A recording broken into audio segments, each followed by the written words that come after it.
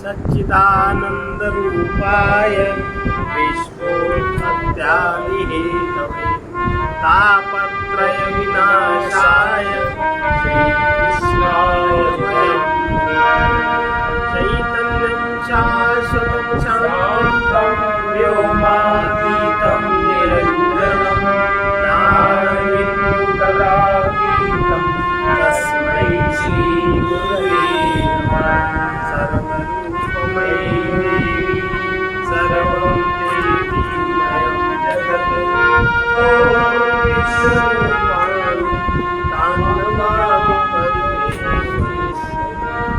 तापत्रय, तीन ताप कौन कौन से? और वैदिक प्रार्थनाओं में प्रार्थना के अंत में 3 बार शांति शांति कहते हैं कि 3 तापों की शांति हो। 3 ताप ही कौन से? पहला तो है आदिदैविक ताप शांत हो,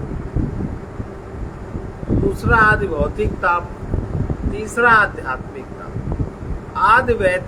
आदिदैविक ताप वो है जो देवताओं के विपरीत, देवताओं के असंतुष्ट होने से जो ताप उत्पन्न होते हैं, ये ताप व्यक्तिगत होते हैं।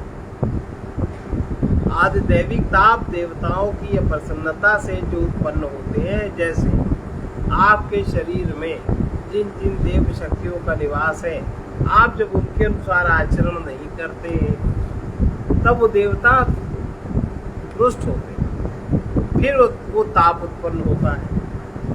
अगर एक तरह की प्रकृति का पूरा क्षेत्र है तो पूरे क्षेत्र में वो ताप उत्पन्न हो जाएगा। जैसे देवताओं के विपरीत असंतुष्ट होने से आदिदैविक ताप उत्पन्न होते हैं,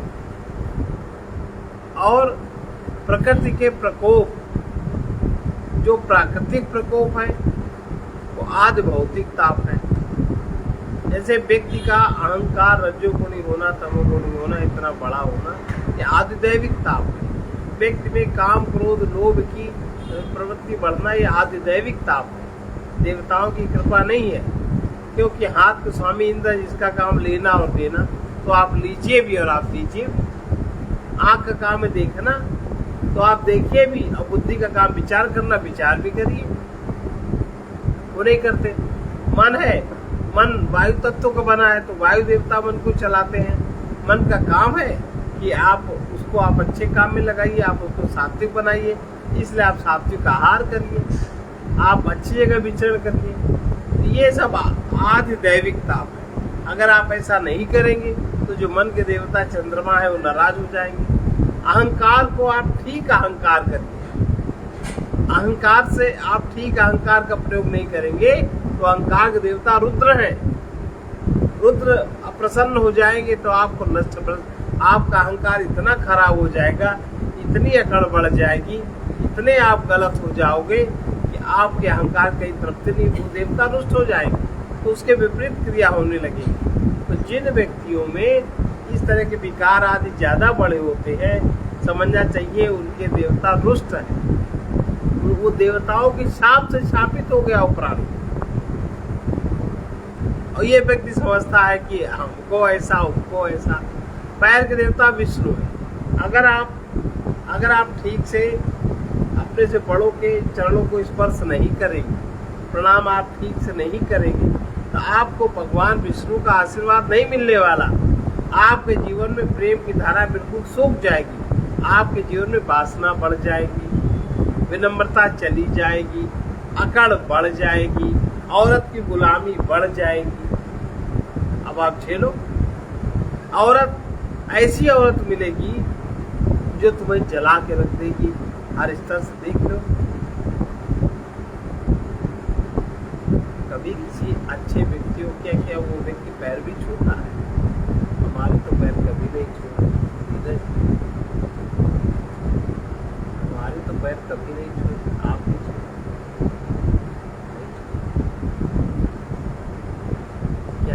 क्या छूटता भी है, क्या सरलता है, उसका परिणाम क्या होगा? अब देखो महिला कभी फांसी लगा। अगर आप अच्छे व्यक्तियों को अगर आप प्रणाम नहीं करेंगे, क्योंकि चरणों में भगवान विष्णु का निवास, और जो अच्छे लोग होते हैं उनके अंदर ग्रंथि खुल जाती, उनके अंदर प्रेम का प्रभाव शुरू हो जाता, भगवान विष्णु की कृपा होती। अगर आप उनको स्पर्श नहीं करेंगे तो उनकी कृपा का संबंध आपका नहीं बनेगा, आप परेशान हो जाएंगे। तो ये सारे देवताओं के विपरीत असंतुष्ट होने से आधिदैविक ताप उत्पन्न होते हैं व्यक्तिशाह। इसलिए कुछ बातें ऐसी हैं या समाज में ऐसी थी जिनका समाधान करना ही चाहिए। देवता जब विपरीत होते हैं, असंतुष्ट होते हैं, तो आधिदैविक ताप व्यक्ति के जीवन में उत्पन्न होते हैं। प्रकृति के प्रकोप आदि भौतिक ताप कहलाते हैं, जैसे अतिवृष्टि, अनावृष्टि, भूस्खलन, अग्निदाह आदि। आध्यात्मिक ताप का कारण व्यक्ति स्वयं होता है। आध्यात्मिक ताप का कारण व्यक्ति स्वयं होता है, जैसे प्रमाद या आध्यात्मिक ताप, जैसे जड़ता, जैसे अश्रद्धा, श्रद्धा का भाव, दूसरे को इस तरह बेवकूफ बनाना कि हमको बहुत श्रद्धा है, वो अंदर श्रद्धा वरद्धा, ये है आध्यात्मिक ताप। और अज्ञान, ये आध्यात्मिक ताप। इन तीनों प्रकार के ताप शांत हो, ये प्रार्थना की जाए, लेकिन इसका मतलब नहीं पता।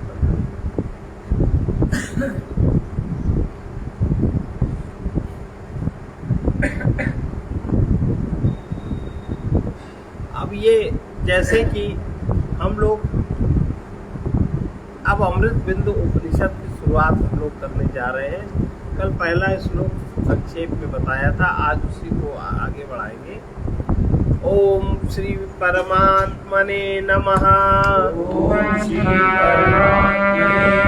अमृत बिंदु उपनिषद ब्रह्म विद्या का अधिकारी। ये जो उपनिषदों में ब्रह्म विद्या है, ये सुनने से इसका अधिकार प्राप्त नहीं होता। इसको पचाने की क्षमता किसमें? पचाने की क्षमता उसी में जागृत होती है जिसके तीनों ताप शांत होते हैं, आधिदैविक, आदि भौतिक और आदि। जिसके जो तीनों तापों से रहित होता जाता है, तो ब्रह्म विद्या का अधिकारी वही है। आध्यात्मिक ताप जितने कम होते जाते हैं, उतना अध्यात्म पथ प्रशस्त होता जाता है व्यक्ति के जीवन। ये अलग अलग है, एक दूसरे से नियम नहीं करता। इसका भी एक प्रकार का विकास क्रम है। जैसे हम लोग विद्यालयों में भौतिक विद्या प्राप्त करता है प्राणी, किसी को तब बढ़ता है जब उसको बच्चे को शिक्षा का महत्व समझ में आ जाता है, तब वो अपने आप बढ़ता है। वो अपने आप नियमित विद्यालय जाता है, परिश्रम करता है। इस प्रकार निरंतर जब उसके जीवन में विद्यालय जाने की तपस्या बनती है, तब उसको कक्षा में पढ़ाई हुई विद्या समझ में आती है। और जब जो बच्चा चाहता है वो अपने ज्ञान को बढ़ाता है। जैसे कोई व्यक्ति 8वीं न पास करे, 9वीं न पास करे, 10वीं न पास करे, सोचे हम डिग्री कॉलेज में एडमिशन ले लेंगे, क्या उसका हो जाएगा? नकली मार्कशीट चलती नहीं। और जब आप इतनी कक्षाएं पार कर जाएंगे, तब आप विश्वविद्यालय में पैर रख सकते हो, तब आपको वो अधिकार मिलता है कि उस क्लास में आप बैठ पाओगे। इसी प्रकार आध्यात्म पथ में प्रवेश करने से पहले साधक को पहले धर्म में जीवन जीना चाहिए और अपने को इस प्रकार तैयार करना चाहिए कि वो परमार्थ का प्रशिक्षण पाने का अधिकारी हो जाए और उसके अंदर जो आध्यात्मिक ताप है, ये आध्यात्मिक ताप उसके शांत होने लगे। इसकी पहचान है कि आप अधिकारी हुए, आपके आध्यात्मिक ताप शांत हुए। ये इसलिए ऐसा कहा जाता है। तो इसमें फिर जो साधन चतुष्टय का अभ्यास जितना ज्यादा व्यक्ति करता है, उतना वो तत्व ज्ञान का अधिकार उसको प्राप्त होता है। फिर जहाँ उसको ये अधिकार प्राप्त हुआ, उसको कोई न कोई गुरु अवश्य ही मिल जाता है। ये प्राकृतिक विधान है। अगर कोई गुरु नहीं मिलता तो जो गुरु आकाश मंडल में विचरण करते वो उसका मार्गदर्शन करने लगते। कोई भी व्यक्ति जो अधिकारी है वो बिना गुरु के नहीं रहता। और इसीलिए साधन चतुष्टय में वही 4 चीजें हैं, विवेक, वैराग्य, षट संपत्ति, मुमुक्षुता। इस प्रकार से जो व्यक्ति की पूर्व साधना के बल पर ऐसा विवेक जागृत हो जाता है कि वो अनित्य वस्तु जगत को मिथ्या समझकर मन में उसके विरक्ति आने लगती, मन में उसको आसक्ति, विरक्ति का मतलब क्या है? आसक्ति ना रहना। ये नहीं कि हम उसका, जैसे फोन है हम इसका उपयोग नहीं करेंगे, ऐसा नहीं है, पर इसमें हमारी कोई आसक्ति नहीं होगी। वस्तु हर वस्तु रहती है, पर आसक्ति होना और आसक्ति ना होना, बस यही फर्क होता है। आसक्ति ना रहना, ये समझ उत्पन्न हो जाना, इसी को विरक्ति कहते हैं। उसके मन में विषयों की कामनाएं कम होती जाती, एकदम कामना नहीं मिटती, कामनाएं कम होती। कामना होना एक बीमारी का लक्षण है। कामना होना, जिस समय कामना उत्पन्न होती उस समय आपका मन से बुद्धि का संपर्क टूट जाता है। कामना इतनी हावी हो जाती है कि आप बिल्कुल अंधे हो जाते हो, विचार नहीं करते। देखो घरों में जब बंटवारा होता है और जब औरतें बोलती हैं, उस औरत की तरह आदमी को ऐसे चिल्लाता है, उसकी कामना जो भी है इतनी ज्यादा हावी होती है दिमागों में कि लाठी डंडा दुनिया भर का सब चलता है। कहो पुलिस आ जाए, कहो खून चलो अस्पताल में भर्ती हो जाए, सब होते कि नहीं होता? ये कामना, अगर उस कामना कम हो तो विचार शक्ति जागृत रहेगी, आदमी गलत नहीं करेगा। अब इसलिए मन में विषयों की कामना उसके कम होती जाती है। ऐसा निर्विषय मन विरक्त और शुद्ध होता है। परमार्थ के साधक का यही प्रमुख लक्षण है कि उसके अंदर कामनाओं की कमी होती जाती है। कामनाओं का अभाव नहीं होता, क्योंकि तमोगुणी कामना, जैसे तमोगुणी कामना है हिंसा, आप किसी विरोध किया, आपने उसको जाबर मार दिया। अब आप में ऐसा नहीं रहा, आपको चाहे कोई 50 गालियां दे तो भी आप सुनोगे, पहले तुरंत आप नहीं विरोध करोगे, समझो उसको समझाओ, आप एकदम क्रोध नहीं आएगा। और जब वो किसी प्रकार नहीं मानेगा तो वो जो भाषा समझता है फिर उसी भाषा में आप समझाएंगे। बड़ा अगर बुद्धि का विचार जागृत है तो, विवेक है तो, अगर विवेक नहीं है तो उसी के स्तर से आप भिड़ जाओगे, उससे आप हार जाओगे, क्योंकि वो केवल देहमयी शक्ति में है। आपकी शक्ति 10 जगह बटी, आप उसे जीत नहीं सकते। ये उतना ही ज्यादा कामना कम होती जाती है, विवेक बढ़ता जाता है और आसक्ति समाप्त होती जाती है। परमार्थ में प्रवेश के साधक का प्रमुख लक्षण है। इसीलिए इसी विचार बिंदु से इस उपनिषद का आरंभ किया गया। मनोहित विधम प्रोक्तम शुद्धम च शुद्धमेव, शुद्धम च शुद्धमेव, अशुद्धम काम संकल्पम, अशुद्धम काम संकल्पम, शुद्धम काम विवर्जितम, शुद्धम काम विवर्जितम। मन मुख्यतया 2 प्रकार का कहा जाता है। जैसे तामसी मन, तामसी मन हिंसा, अपराधी भावना, अपमान करना, अनेक प्रकार की कामनाएं होना, ईर्ष्या, द्वेष, राग, ये सब तामसी मन, तामसी वृत्तियां मन में रहती हैं। वो मन आपको कभी शांत नहीं देगा। जो रजोगुणी वृत्तियां हैं वो भी आपको कभी शांत नहीं, लेकिन सतोगुणी वृत्तियां तो मन में रहती हैं। एकदम मन कामनाओं से रहित हो जाए ऐसा नहीं।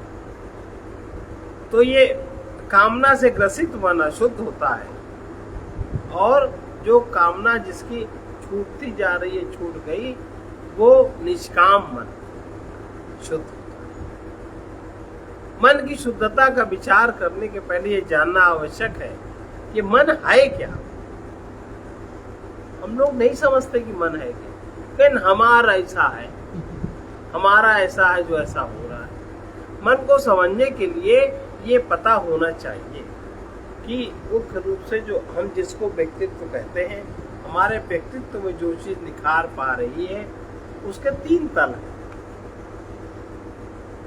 हमारे। एक तो तल है शरीर का, दूसरा तल है मन का, और तीसरा तल है अज्ञान का, कारण का। तो 3 शरीर है, स्थूल शरीर, सूक्ष्म शरीर और कारण शरीर। हम अपने जिस शरीर को देखते हैं वो स्थूल देह कहलाता है। यह स्थूल पंच महाभूत पृथ्वी जल अग्नि वायु आकाश से बना है। इन तत्वों से अन्न उत्पन्न होता है और अन्न से, अन्न का उचित प्रयोग करने से अन्न भी उत्पन्न कैसे होगा?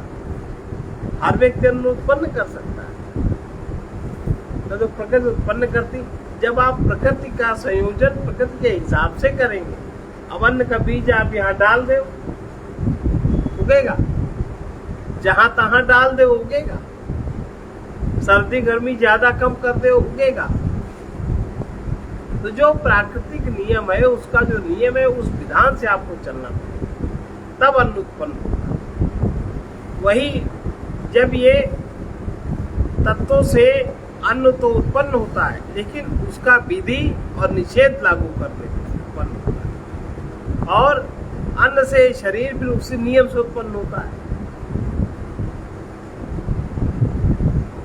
शरीर, अब शरीर में उत्पन्न होने के लिए अब तो जहां तहां शरीर उत्पन्न हो जाएगा, उसका भी एक नियम है, विधान है, क्रिया है, प्रक्रिया है, अनेक प्रकार की संवेग है, तत्व है। और अन्न से शरीर परिपोषित होता है, अंत में अन्न बनकर विलीन हो जाता है। इस शरीर में हाथ पैर सिर छाती उदर आदि इसके अंग हैं। इसमें अस्थि मांस रक्त मज्जा चर्म आदि 7 प्रकार की धातुएं हैं। स्थूल शरीर के अंदर सूक्ष्म शरीर है, अर्थात मन। यह सूक्ष्म पंचभूतों से बना है। इसमें 5 कर्मेंद्रियां हैं। कर्मेंद्रियां जो हाथ दिखाई पड़ता है ये तो स्थूल है, पर इसके अंदर जो शक्ति काम कर रही है वो सूक्ष्म देह की है। 5 कर्मेंद्रियां हैं, 5 प्राण है, 5 ज्ञानेंद्रियां हैं, मन बुद्धि है। इन 17 तत्वों को मिलाकर सूक्ष्म शरीर कहते हैं। यह शरीर हमें दिखाई नहीं देता, मरने के बाद भी दिखाई नहीं देता, इसलिए इसे सूक्ष्म शरीर कहते हैं। अपने अंदर जो विचार करने से अनुभव में आता है, हम अपने आप में जिस क्रिया शक्ति का अनुभव करते हैं वो क्रिया शक्ति प्राण है। इसलिए प्राण को बहुत सुरक्षित रखना चाहिए। प्राण कैसे सुरक्षित रहता है? जितना ज्यादा आप तेज सांस लेते हो उतना ज्यादा प्राण शक्ति क्षीण होती है। क्रोध आया तेज सांस चलती है, अहंकार आया तेज सांस चलती है, काम आया तेज सांस चलती है। प्राण शक्ति आपकी उसमें क्षीण होती है, प्राण कमजोर होते हैं। और जिससे प्राण शक्ति क्षीण नहीं होती है। इसलिए ये जो हम अपने आप में जिस क्रिया का अनुभव करते हैं प्राण कहलाती है, उसी से श्वसन आदि क्रियाएं हो रही हैं। इसके द्वारा 5 प्रकार के कार्य होते हैं प्राण के द्वारा। इसलिए इनके 5 मुख्य नाम है, प्राण अपान समान उदान व्यान, और 5 इनके उपनाम है, नाग कूप कूर्म कृकल देवदत्त धनंजय। सूक्ष्म 5 प्राण। और प्राण शक्ति से ही हमारी कर्मेंद्रियां काम करती हैं। उनके नाम है वाक हस्त पाद उपस्थ और गुदा। स्थूल शरीर में उनके ठिकाने हैं जहाँ रहकर ये इंद्रियां कार्य करती हैं। विचारहीन व्यक्तियों को ये भ्रम रहता है कि स्थूल शरीर के द्वारा ही ये क्रियाएं होती, लेकिन ऐसा नहीं। सारी क्रिया सूक्ष्म शरीर से होती है। और सूक्ष्म शरीर उपकरण, ये आयतन, सारी क्रिया का परिणाम इस शरीर पे आता है, अच्छा और बुरा। सारा भोग इस शरीर पे प्रकट होता है, पर जो काम होता है वो सूक्ष्म शरीर में होता है। हम अपने आप में जिस शक्ति का अनुभव करते हैं वो शक्ति अंतःकरण कहलाते हैं। अंतःकरण माने उसके द्वारा अंतर और बाह्य वस्तुओं का ज्ञान होता है। बाह्य वस्तुओं का ज्ञान प्राप्त करने में अंतःकरण को ज्ञानेंद्रियां सहायता करती है। बाहर जब हमें ज्ञान करना है किसी बात का, पहले इंद्रियां बाहर से अनुभव लेके मन में डाल देती हैं, फिर मन अपने पूर्ण संस्कार के अनुसार उसमें मंथन करता है, फिर एक नई चीज उत्पन्न हो जाती है, फिर वो मन बाहर ढूंढता है कि हमको यही चाहिए, इसको कल्पना कहते हैं। इस तरह मन कार्य करता है। इसमें अंतःकरण को ज्ञानेंद्रियां सहायता करती हैं। ज्ञानेंद्रियां भी 5 हैं, श्रोत, त्वक, नेत्र, रसना और प्राण। इनसे क्रमशः शब्द, स्पर्श, रूप, रस, गंध 5 ही विषयों का ज्ञान होता है और छठा विषय है ही नहीं। इनसे क्रमशः शब्द, स्पर्श, रूप, रस, गंध इन्हीं का ज्ञान होता है। अंतःकरण के मुख्य रूप से 4 कार्य। अंतःकरण माने जो अंदर कार्य करता है, उसके मुख्य रूप से 4 कार्य। 4 कार्य कौन से हैं?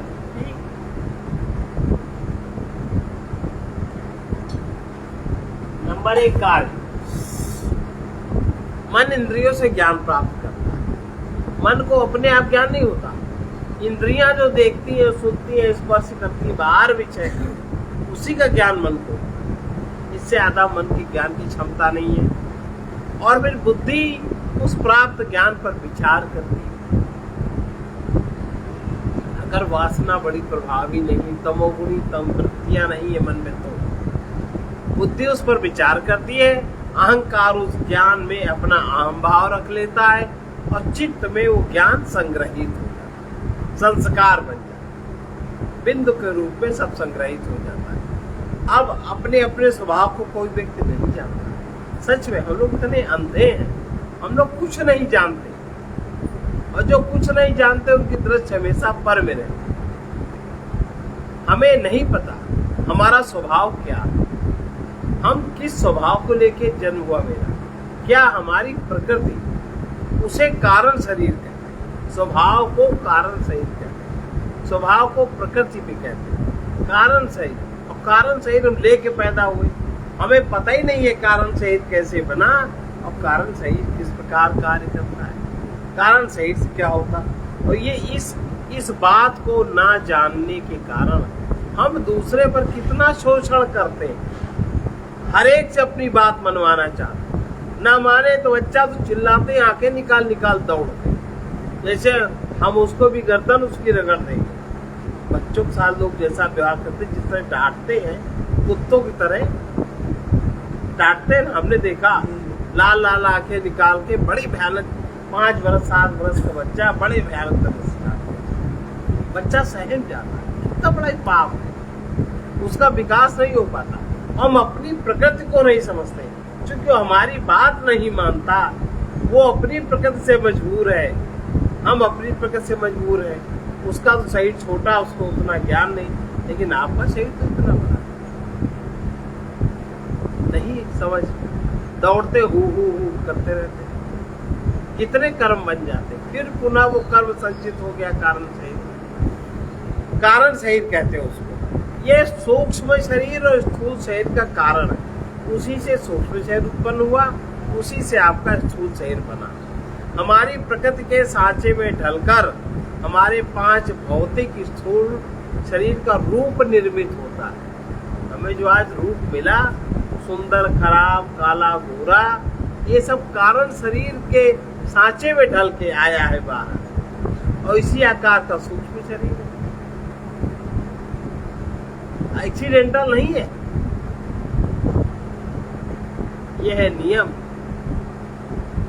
तो देखो कैसे कैसे रूप है किसी किसी का, अलग अलग तरह के हैं। अब जैसे सुंदर रूप कई लोगों के होते हैं, सुंदर शरीर बहुत लोगों को नहीं मिलता है, 4-5 सुंदर थे। एक तो अगर कोई शरीर से बहुत सेवा आदि करता है, समर्पित रहता है, प्रेम आदि करता है, तो उसका रूप बहुत सुंदर मिलता है। अगले शरीर से किसी ने सेवा करी, उसको रूप सुंदर मिलेगा। और जो बहुत अहंकारी अभिमानी होता है, वो कुरूप होता है, इसमें ईर्ष्या द्वेष बहुत होता है, उसको रूप नहीं मिलता। और दूसरा सुंदर रूप किसको मिलता है कि जो बहुत विनम्र है, जो बहुत सरल है, जो बहुत परमात्मा का स्मरण करता है। तीसरा सुंदर रूप किसको मिलता है?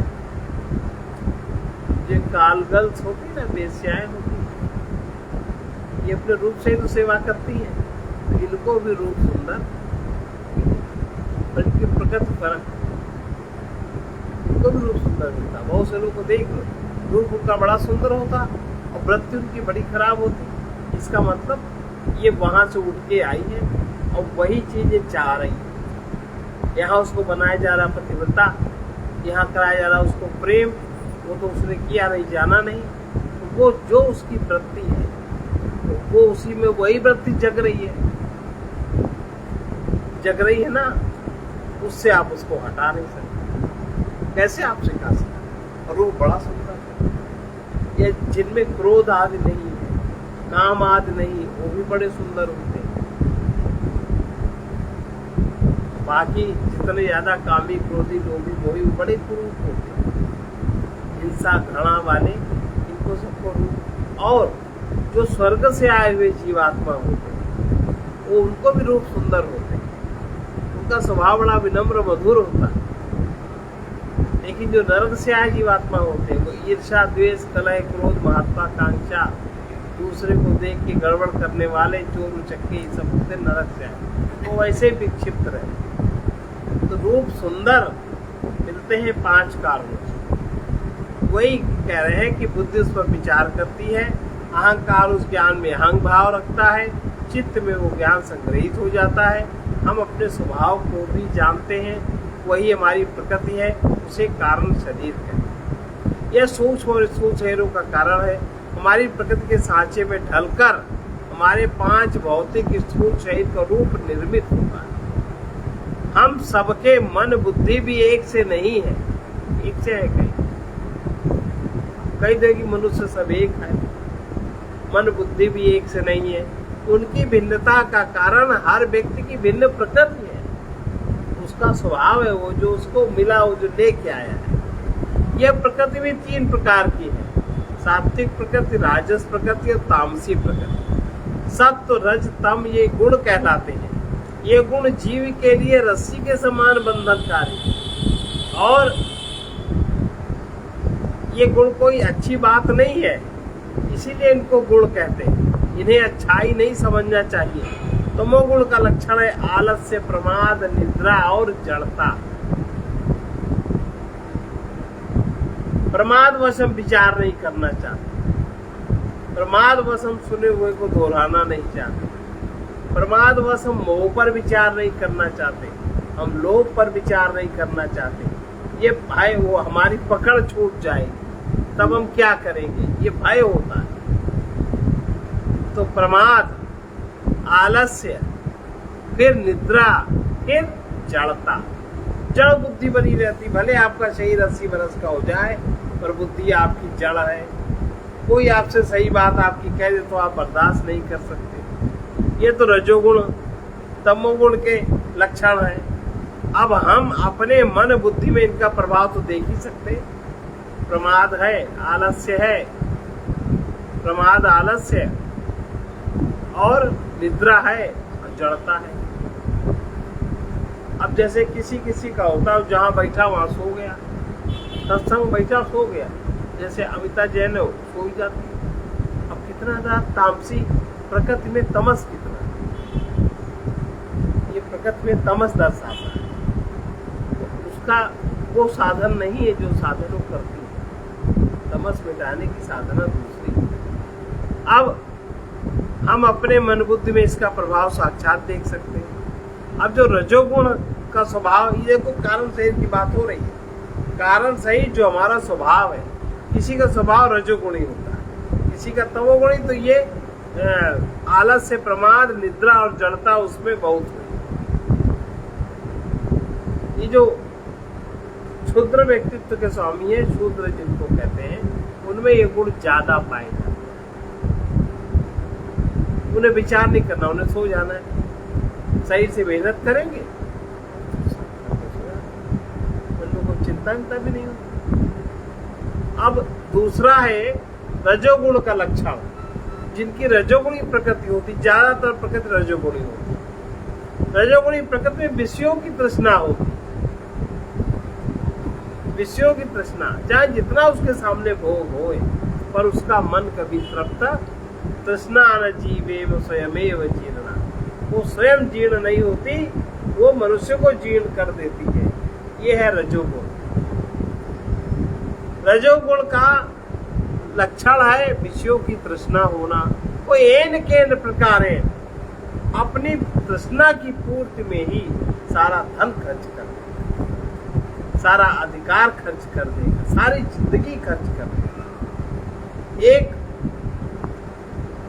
एक सुख की वासना बस वो जिंदगी में कितनी शक्ति गंवा देता है। और क्या वो स्थिरता सुख में मिलती है? खाली हो जाती है जिंदगी। सारी हमारी ऊर्जा निम्नगामी होकर के बाहर ही बहती रहती है इंद्रियों से, और हमारी ऊर्जा अंतर संचय नहीं हो पाती। शरीर हमारा बूढ़ा हो जाता है। यह है विषयों की तृष्णा, रजोगुण। रजोगुण का लक्षण है विषयों की तृष्णा।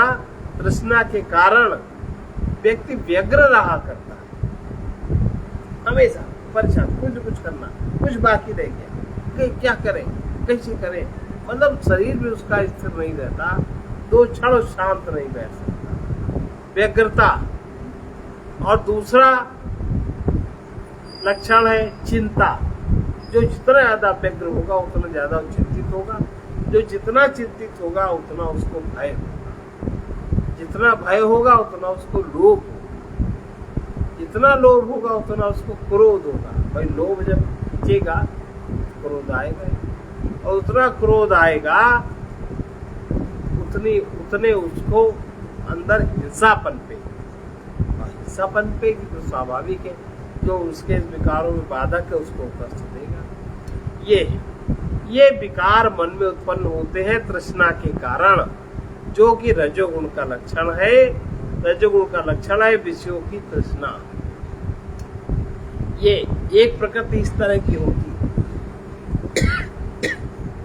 अब तीसरी जो सतोगुणी प्रकृति है,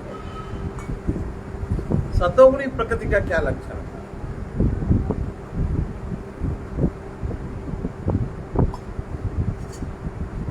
सतोगुणी प्रकृति का लक्षण है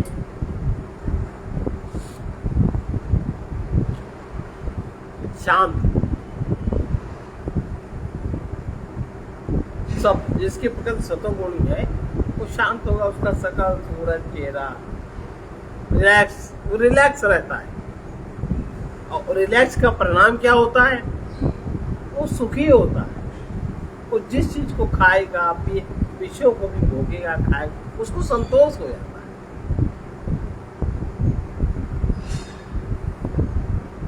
वो बहुत ज्यादा नहीं खाता, उसको भोजन प्रिय मधुर होता है। माने मिर्चा मसाला और ज्यादा भोजन करना उसको प्रिय नहीं होता, सुखी होता है थोड़े भोजन में। शांति के साथ सुख, और सुख के साथ जितना उसका मन स्थिर रहता है उतना उसकी बुद्धि जागृत रहती है, ज्ञान। और जितना उसको ज्ञान रहता है वो कहीं आसक्ति नहीं बनाता, उतना उसमें वैराग्य होता है। ये सतोगुणी प्रकृति में ये 4 चीजें पाई जाती हैं, शांति, सुख, ज्ञान और वैराग्य। ये होता है लोगों में, ऐसे लोग देखिए। अब ये तीनों गुण हर व्यक्ति में, किंतु इनका अनुपात किसी में ज्यादा और किसी में कम होता है। जो कारण शरीर है यही 3 प्रकृति का बना है। किसी में जो चीज ज्यादा है उसको उस जाति में सम्मिलित कर दिया गया, उसको वो उपाधि हो गई। किसी में जो गुण कम है उसको उसमें सम्मिलित कर दिया गया। जिसमें सत्वगुण ज्यादा है वो लोग ब्राह्मणों में आ गए, रजोगुण सत्वगुण बराबर है वो लोग क्षत्रियों में आ गए। इस तरीके का जो जाति का विभाजन किया गया है इस प्रकार किया गया। अब इसमें सबका अनुपात न्यूनाधिक हो सकता है। जिस व्यक्ति में तमोगुण की अधिकता होती है, कैसे पहचानेंगे? उसको किसी काम करने में रुचि नहीं होती।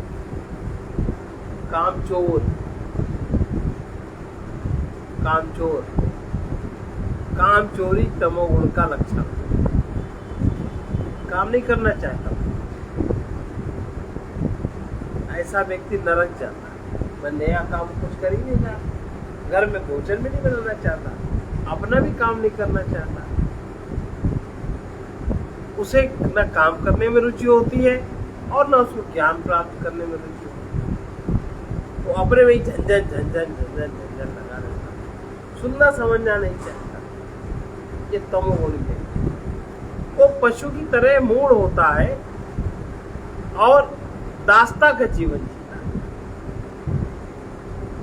दास्ता का जीवन, उसको आप लालच दे दो, उससे चाहे काम करा दो। ऐसा होता है ना, कह दो ऐसा चाहे काम करा, कह दो भगवान की पूजा कर ले, ये कामना पूर्ति हो जाएगी, वो लग जाएगा। कब चाप जा उठ के लग जाए जब करेगा। अब पूर्ति हुई है कि ना हुई है एक अलग बात। ये तमोगुणी, ये तमोगुणी पूजा पाठ है।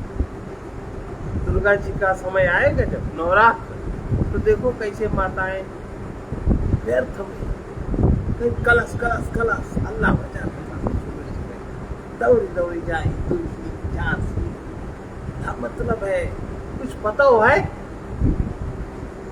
दुनिया भर का प्रपंच, वो हजारों हजार रुपए उसमें खर्च कर, क्या मतलब?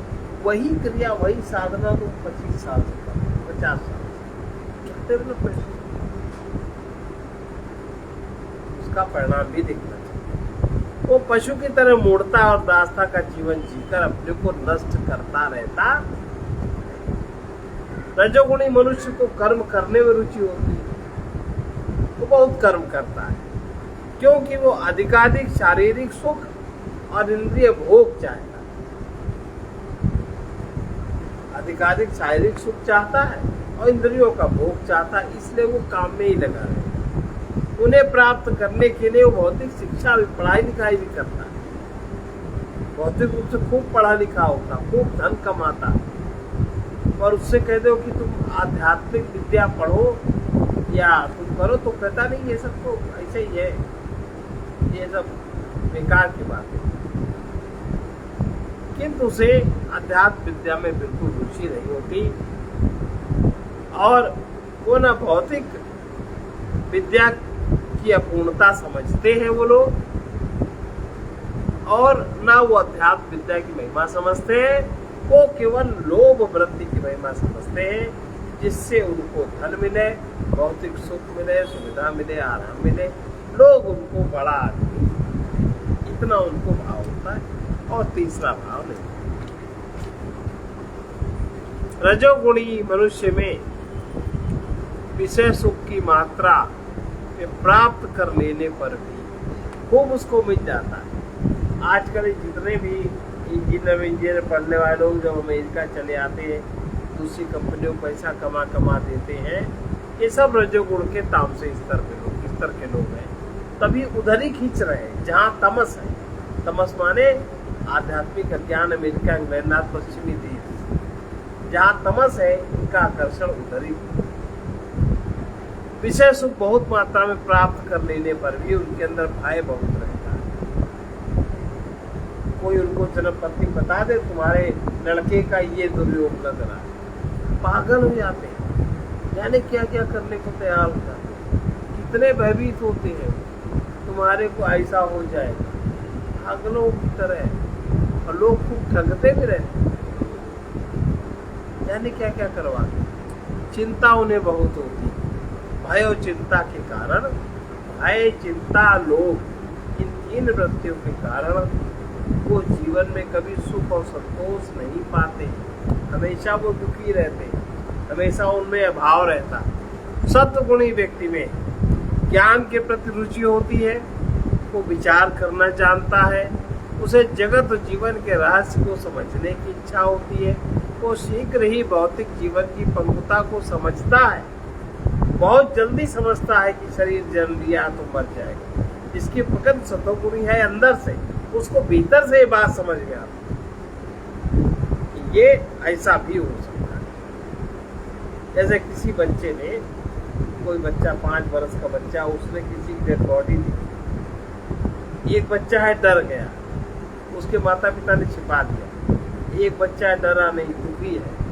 एक बच्चा सोच रहा है कि क्या हो गया, फिर सोचता है क्या ये हमको भी होगा।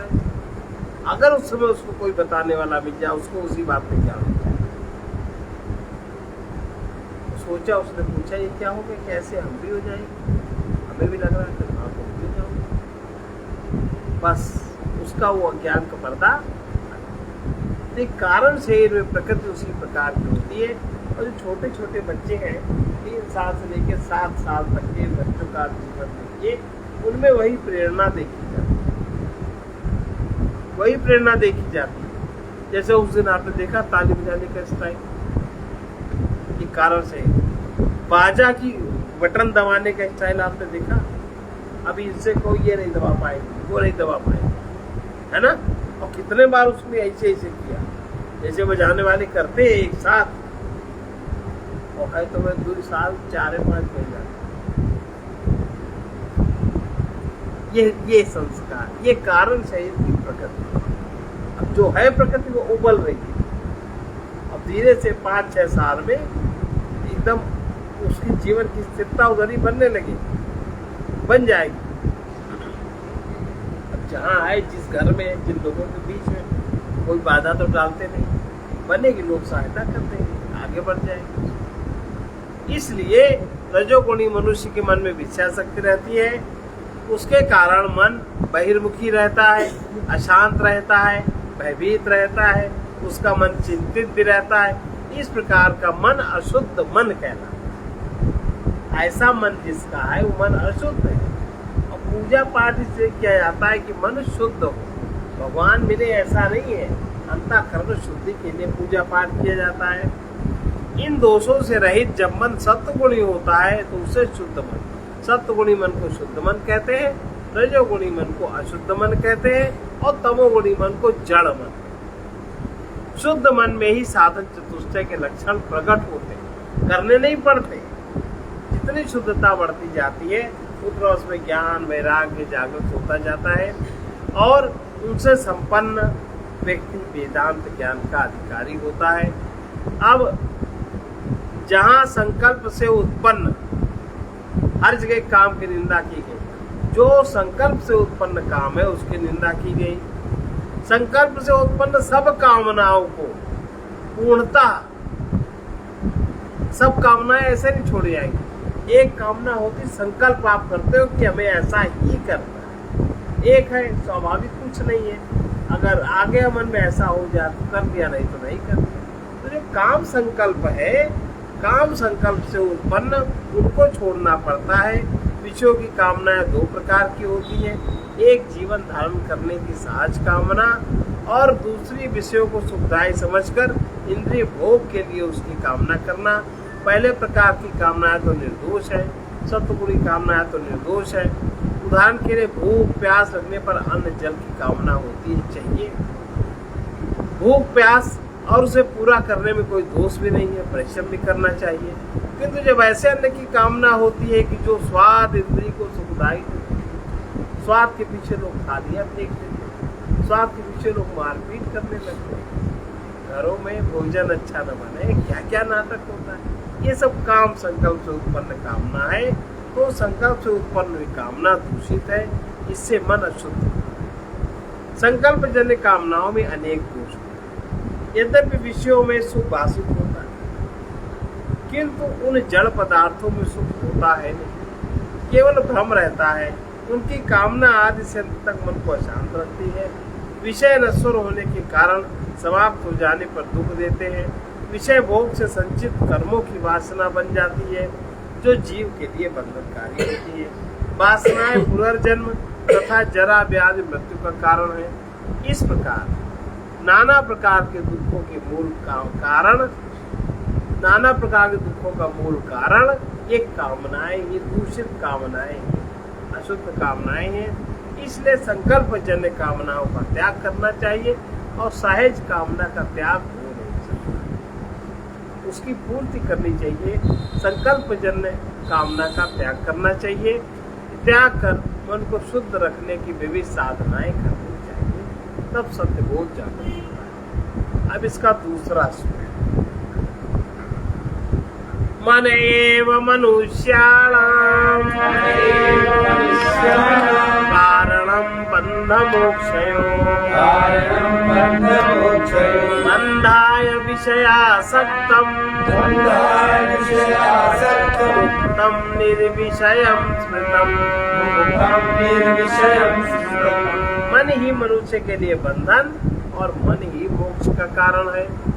जो मन विषयों में आसक्त है, विषयों में आसक्त मन जीव को बांधता है, जबकि विषय रहित मन मुक्त कहा जाता है। मनुष्य का बंधन और मोक्ष मन की गुणवत्ता पर निर्भर है। यदि मन विषयात्मक और अशुद्ध हुआ तो मनुष्य बंधन में पड़ता है। वही मन विषय शक्ति को छोड़कर शुद्ध हो जाए तो उसी मन में आत्मज्ञान प्रकाशित होता है, वो मनुष्य को मुक्त कर देता है। आत्मज्ञान कोई बहुत प्रयास से प्रकाशित नहीं होता। मन की तमोगुणी रजोगुणी वृत्ति हटी। अब ये जब आपका कारण शरीर शुद्ध होता है, इसके लिए जब आपके पिछले जन्म की साधना होती, जन्म की होती, सत्वगुणी प्रकृति जब आपको मिलती है तो मन शुद्ध होता है। किसी किसी बच्चे को शुरू से ही वैसा मन मिलता है ना। अब ऐसे हमारा मन अभी जैसा शुरू से ही ऐसा, बचपन से ऐसे ही है। शरीर बढ़ा पर हमारे मन में कोई अंतर नहीं। तो ये विषय शक्ति जब छूट जाती है तो आत्मज्ञान स्वतः ही प्रकट हो जाता है। और आत्मज्ञान का मतलब मनुष्य अपने मुक्त स्वरूप को भी जानता है, तो सारे विधान को जानता है। वस्तुतः जीव ही बंधन में पड़ता है, वही मुक्त होता है। यहाँ जीव के स्थान में मनुष्य, जीव को मनुष्य कहा जा रहा है। मनुष्य शरीर प्राप्त कर जीव अपने को बंधन समझता है, उससे छूटने का प्रयास करता है। अन्य किसी योनि में ये चीज संभव नहीं। इसलिए ऐसा समझना चाहिए कि जीवों के लिए मनुष्य शरीर दुर्लभ है। मनुष्य शरीर में सत्वगुणी होना और भी दुर्लभ है। जैसे रामचरितमानस में सम्मा अधिक मनुज मोहि भाई, ज्ञानी उते प्रिय अति ज्ञानी सब लिखा है। कौन सा मनुष्य श्रेष्ठ है? तो जो मनुष्य सत्वगुणी मनुष्य है, प्रकृति में जिसकी सत्वगुणी प्रकृति है, ये व्यक्ति दुर्लभ है। सत्वगुणी क्योंकि सत्वगुणी मनुष्य में ही तत्व ज्ञान जागृत होता है। किताब तो कोई भी पढ़ सकता, पर उसका पचता थोड़ी है। खा तुम चाहे जो मुंह में भर दो, पानी पी लो, पेट में सब चला जाएगा, बचेगा थोड़ी सा। इसीलिए बुद्धिमान मनुष्य वही है जो अपने मन को शुद्ध रखकर मुक्ति प्राप्त करने हेतु परमार्थ साधन में लगता है। बंधन भी एक प्रकार की पराधीनता है। मनुष्य जो नहीं करना चाहता वो उसे करना पड़ता है। जैसे नहीं जीना चाहता वैसे जीना पड़ता है, और जो नहीं भोगना चाहता उसे भोगना पड़ता है। अच्छा, कारण कभी कभी ऐसी पत्नी मिल जाती है तो आपको मजबूर होके पराधीन की तरह, एक बंधे हुए व्यक्ति की तरह कलह क्लेश शांत करने के लिए आपको कितने समझौते करने पड़ते हैं। तभी समझ में आता है क्या साला इससे बड़ा नरक कुछ है ही नहीं किसी के लिए। कभी कभी ऐसा पति मिल जाता है, कभी ऐसा पुत्र मिल गया, कभी ऐसा संबंधी मिल गया, जो कि मजबूर होते हैं आप अंत में भगवान को हाथ जोड़ने के लिए। ये हमारे कौन से कर्मों का भोग है ना। परेशान होता है व्यक्ति, नहीं भोगना चाहता। मनुष्य किसी प्रकार दुख नहीं भोगना चाहता, भोगना पड़ता है, ये उसका बंधन है। दुख भोग से बचने के लिए मनुष्य मरने के बाद पुनः शरीर भी नहीं धारण करना चाहता, किंतु उसे विवश होकर पुनः जन्म भी मिलता है, यही उसका बंधन है। मनुष्य किसी दूसरे पर निर्भर नहीं रहना चाहता, किंतु उसको निर्भर रहना पड़ता है, और परिवार समाज पर निर्भर रहना पड़ता है, उसका अपना बंधन है। मनुष्य न रोगी होना चाहता है, न रोगग्रस्त होना चाहता है, ये भी उसका बंधन है। हर मनुष्य सब बंधनों से छूटना चाहता है, उसके लिए प्रयास भी करता है अपने स्तर से। अब वो प्रयास सही दिशा में होता है तो छूट जाता है, गलत दिशा में होता है तो नहीं छूट पाता है। इसलिए कभी कभी मिथ्या प्रयास करता है तो और अधिक वो बन जाता है। मुक्त पुरुष, अब जो सतोगुणी मन वाले लोग हैं, वे लोग मुक्त, वो अपने अनुभव से मार्ग दिखाते हैं उन्हीं लोगों को जिनके पुण्य सहायक होते हैं, भगवान की कृपा सहायक, जिससे मनुष्य अपने बंधन काट कर मुक्त हो जाता है, स्वतंत्र हो जाता है। इसलिए बंधन और मुक्ति का कारण अपने मन में विद्यमान है। विषयासक्त अशुद्ध मन बंधन में रहता है और विषयों की कामना को त्याग देने वाला मन। थोड़ा सा अगर ध्यान दें, किसी भी प्रकार का ज्ञान, किसी भी प्रकार के ज्ञान का साधन हमारा मन और बुद्धि ही है। कोई भी ज्ञान मन और बुद्धि से ही तो होता है। इसकी क्षमता पर पहले इसको उस योग्य बनाए, मन और बुद्धि को, उसमें क्षमता विकसित हो।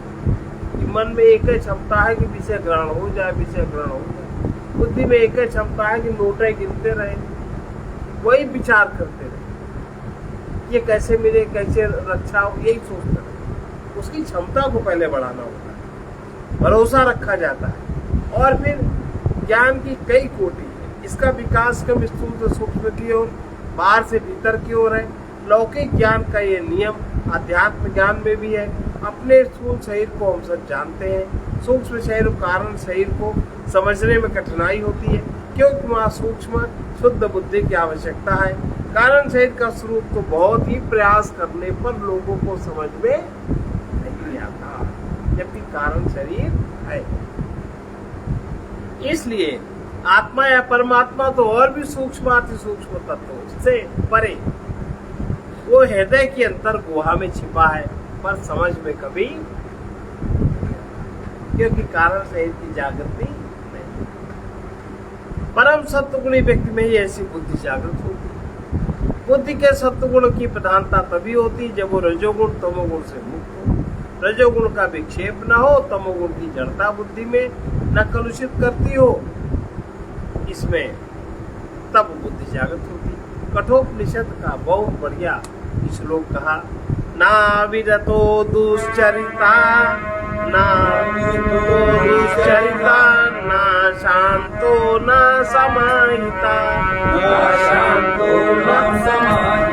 इसको एक साथ बोलते, ना विरतो दुश्चरिता, ना शांतो न समाहिता, ना विरतो दुश्चरिता, ना शांतो न समाहिता, ना शांत मनसो वापी, ना शांत मनसो वापी, प्रज्ञानेनैनमाप्नुयात्, प्रज्ञानेनैनमाप्नुयात्। पहले अध्याय के दूसरे का 24। जो दुष्चरित्र से विरत नहीं, किसको नहीं सब सात्विक बुद्धि होती? जो दुष्चरित्र में ही लगा है, उससे जो विरत नहीं हुआ, जिसकी इंद्रियां उसके बस में नहीं है और जिसका चित्त समाहित नहीं है, ऐसे चंचल मन वाला व्यक्ति प्रज्ञा या सूक्ष्म बुद्धि के द्वारा भी परमात्मा को नहीं प्राप्त कर सकता। इसका तात्पर्य यह हुआ कि मुक्ति चाहने वाले को अध्यात्म पथ में प्रवेश से पहले अपनी दुश्चरित्रता दूर करनी चाहिए, चंचलता त्यागना चाहिए, सामान्य धर्म और विशेष धर्म का पालन करना चाहिए। इसीलिए समाज की समाज को बहुत ज्यादा आवश्यकता है। उसके बाद विषय कामना त्याग कर अपने मन को शांति स्थिर करें। अब उपासना की आवश्यकता होगी, तब मन समाहित और एकाग्र होगा। इतना कर लेने पर सद्गुरु तो मिल ही जाता। उनके उपदेश से हृदय में ज्ञान प्रकाशित हो ही जाता है।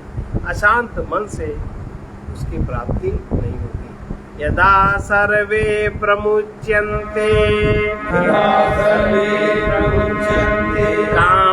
कामायेषरदिशिता अधमर्त्यो अमृतो भवत्यत्र ब्रह्म समश्नुते, यत्र ब्रह्म समश्नुते। इस साधक के हृदय में स्थित, जब साधक के हृदय में स्थित संपूर्ण कामनाएं नष्ट हो जाती, तब मरण धर्मा मनुष्य अमर हो जाता है और यही ब्रह्म का भली भांति अनुभव हो जाता है।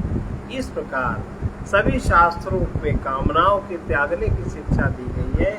भगवत गीता में तो ये बात कई जगह कही।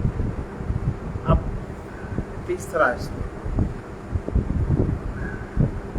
यतो निर्विशस्यास्य मनसो मुक्तिरिष्यति अतो निर्विषयं नित्यं मनः कार्यं मुमुक्षुणा। जबकि विषयों की कामना से रहित मन है उसी को मुक्ति कहते हैं। जो मन विषयों की कामना से रहित है, रजोगुण नहीं है, जिसमें सतोगुण है, शांत है, वही मन मुक्त है। इसलिए मुमुक्ष को अपना मन सदा कामनाओं से मुक्त रखना चाहिए। अब इसकी व्याख्या का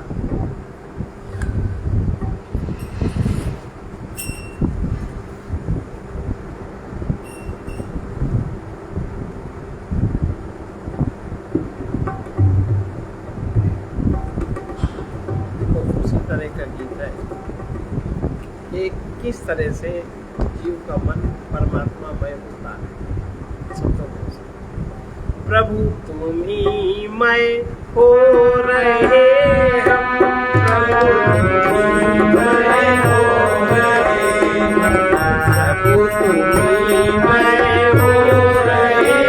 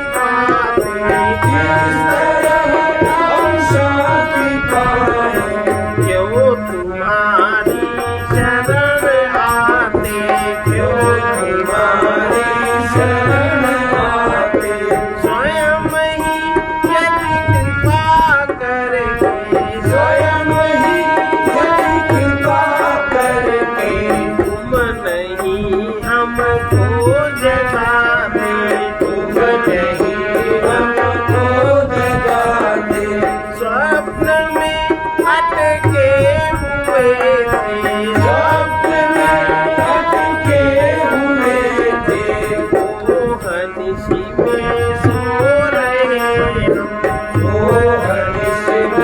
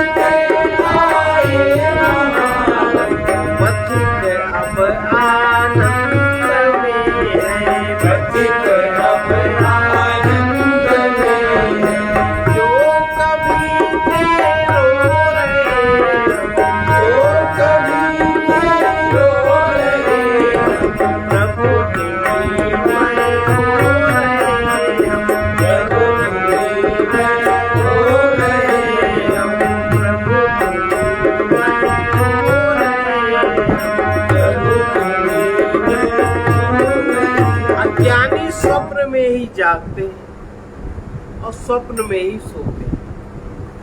मैं को पूर्णतया जान लेना ही मैं से मुक्ति पाना है।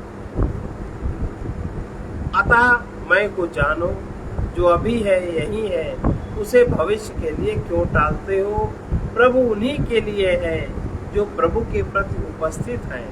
जो किसी और जैसा बनना चाहता है वो अपने को खो देता है। मन के हटते ही उस रिक्त स्थान में जिसका अनुभव होता है वही आत्मा है, वही सत्ता है। उससे एक होते ही प्रभुमय हो जाना है। मन उग्रवीरं महाविष्णु ज्वलन्तं सर्वतोमुखं निसिंहं भीषणं भद्रं मृत्युं नमाम्यहम् सर्वे भवन्तु सुखिनः सर्वे सन्तु निरामयाः सर्वे भद्राणि पश्यन्तु मा कश्चित् दुःखभाग् भवेत्। कृष्णाय वासुदेवाय हरये परमात्मने प्रणतक्लेशनाशाय गोविन्दाय नमो नमः। असतो मा सद्गमय तमसो मा ज्योतिर्गमय विद्युन्मा